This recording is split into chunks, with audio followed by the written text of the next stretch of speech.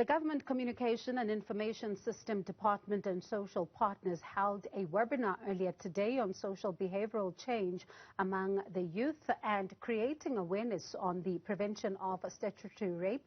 To find out what was discussed in this webinar, we're joined by Matshepo Dibetso from Agape Youth Movement and Nkeletseng Tsetsane from MB Teens Lifestyle. Good evening to you both, and thank you so much for your time this evening.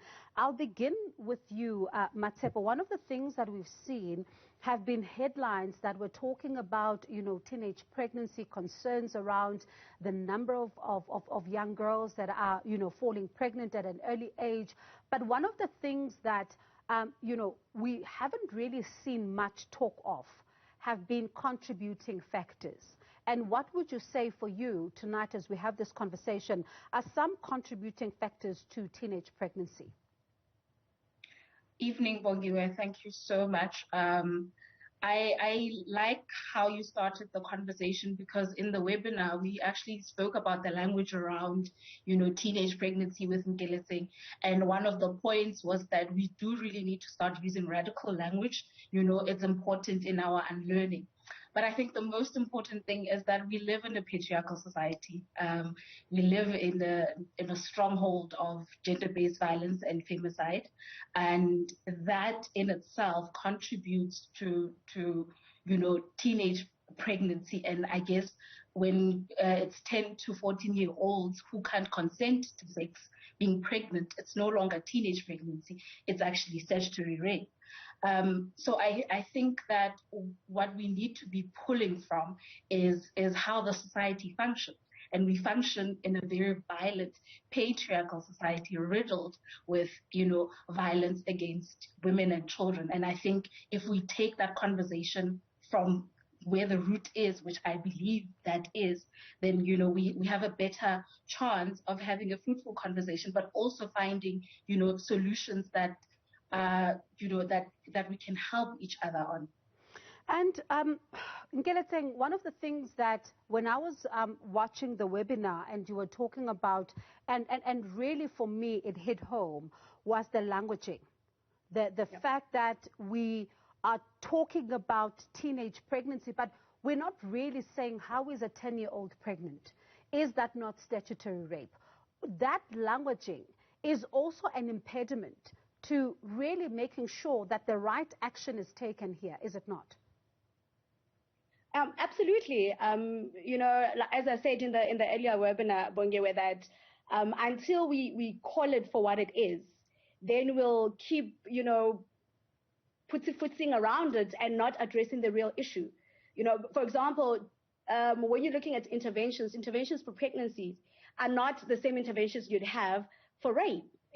So until we call it exactly that, which is statutory rape, then we are definitely not going to win the battle against the statutory rape, because I definitely don't see how a 10-year-old can be consenting to sexual intercourse. And when we then look at, the reporting of such cases, and the SAPS is painting a picture of the difficulties that it is experiencing here, saying that for them, they do get the cases reported, but it looks like families are then coming forward to try and persuade these youngsters to drop the charges, effectively, if I can put it that way. That takes us back, Matshepo, in this fight, and to try and ensure that justice is then served, because that would-be perpetrator is going to do it again, given the fact that they're able to persuade this little girl or the family to go back. So it does look like there's a lot of education that even needs to go to the families here. True. We touched on this as well in the webinar, that we take for granted that parents also do need to learn and unlearn the societal norms, which again I'll say very patriarchal. The understanding of the fact that it's always clouded in secrecy when a child is violated, and most usually it's girls who are violated, clouded in secrecy, and if it's a family member, it's even more worse, where you're supposed to just keep it hush, And what then that does is that it increases the cycle, but also perpetuates the idea of silence. And it silences, victims, and also perpetuating the cycle again of violence. because I think we find ourselves at loggerheads with how do we, implement the solution. And we can't do that when there is a lot of, stereotypical social norms with regards to, violence. Now, Nkeletseng, at the back of what Matshepo is saying, one of the things that is becoming extremely clear is the importance of ensuring that families also understand the follow-through here. Because the follow-through is also going to be needed on the side of the boys. Because it's not only about getting the girl child to carry the burden, but the boy child as well needs to come to the party. Oh, yes, no, absolutely. I think what we definitely touched on that to say it requires a multi-pronged approach. As you say, how we package our messaging and campaigns and programs, the burden is always on the girl child, but we don't put it, and I think what I said is that instead of teaching boys not to rape, we tell girls not to get raped, and that on its own is problematic. So until there's consistency between what it is that we teach the girls, the boys, the conversations that we're having with the children and the parents, the schools, the religious leaders, the traditional leaders, then we'll continue to miss each other everywhere. Nkeletseng, one of the things you talk about there as you touch on the conversation is consent. I know that one of the things about consent is a lot of, boys, if I can put it that way, don't understand that it's actually continuous. It's not you consented today, therefore every time we want to be intimate or have sex, we can do it. But it's a continuous conversation, and this is part of the conversations that need to be held with the boy children in order for them to understand that it's not just automatic at all times, isn't it? No, absolutely. And I mean, over and above it being a continuous conversation that needs to be had, there's all these other underlying issues, around intoxication, where you're saying, if she's drunk, she can't consent. No is a full sentence. You don't have to convince her, So they would come up with, excuses where like, no, one of them would tell you that they would have given it up, but you gave up too quickly, and it goes back to the unlearning and the relearning of, how to conduct relationships, whether we want to accept it or not. I don't think we're having enough conversations with teenagers on how to behave and to respond to some of the challenges they experience within relationships with other teenagers as well. Matshepo, one of the conversations I had on the show a few weeks ago was with one pastor who was saying that the fact that children are being taught about sex at an early age is also stimulating some things inside of them and makes them a bit more curious, and therefore they then become too curious and thus want to experiment at an early stage. Where do you stand on that, that argument? First of all, it's frustrating. That argument is very frustrating, and I take it from the point that in the conversation around, the prevention and the eradication of rape and gender-based violence and femicide, there's a huge gap where men aren't, assuming that the pastor that you spoke to or the religious leader was a man. There seems to be a reactionary, sentiment to them having an opinion or them having, something to contribute to the conversation. And I think even those things, that is why they then stay there, where there's an opportunity to actually learn and relearn and unlearn all of these very weird and archaic ideas about what sex is, about what consent is. And I feel like if they were to come to the party, if religious leaders were to come to the party, if pastors were to come to the party and actually participate and listen to what is happening in the conversation around statutory rape, the conversation around gender-based violence and femicide in South Africa, then very little of such sentiments would be had by, by religious leaders. And it's actually quite a dangerous sentiment, considering that this person has access to probably hundreds of people and children.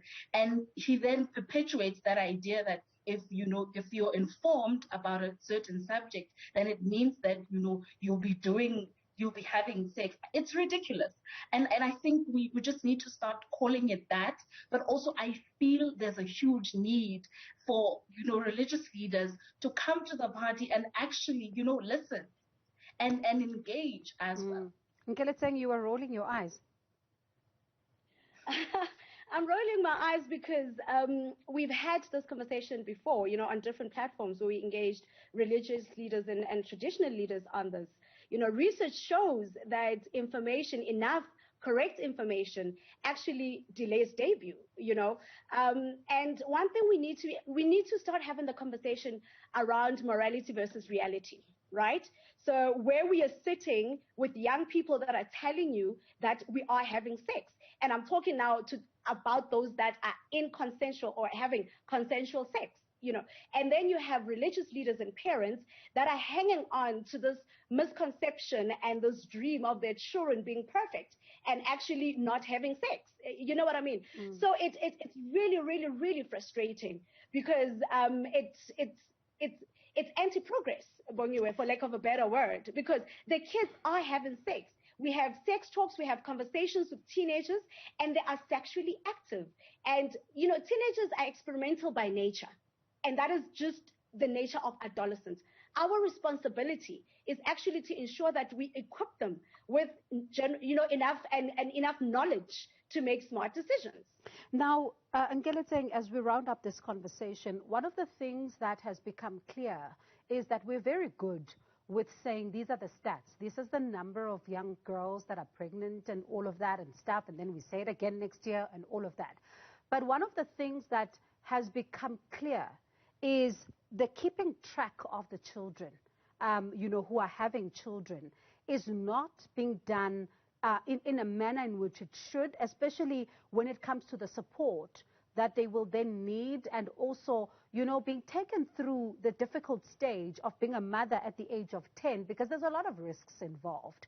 How then do those in authority begin to do this, to keep track of these children and be able to offer them the support without necessarily shaming them or even putting them out there to the wolves, if I can put it that way?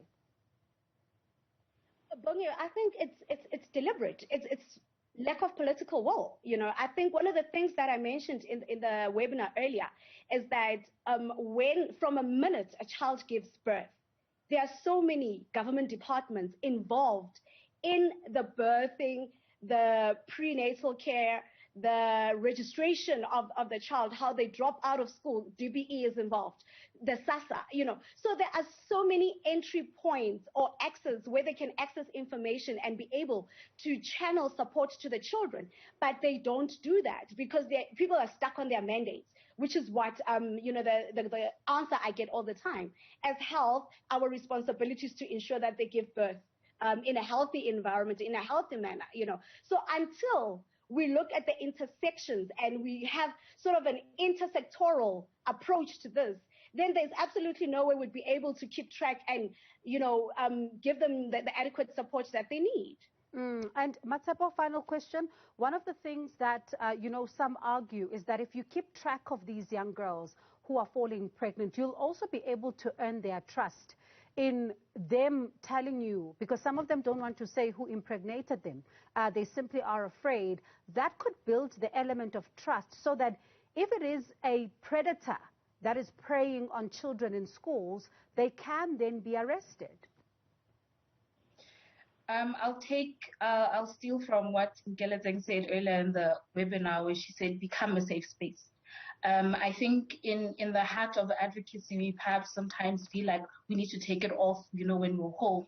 But if we're not safe people and safe spaces for the most vulnerable in our communities, then we're doing ourselves and, the nation and injustice. So I agree that, we can build trust by becoming, safe spaces and not necessarily wait for an organization or government to say, start doing this or start implementing this or the other.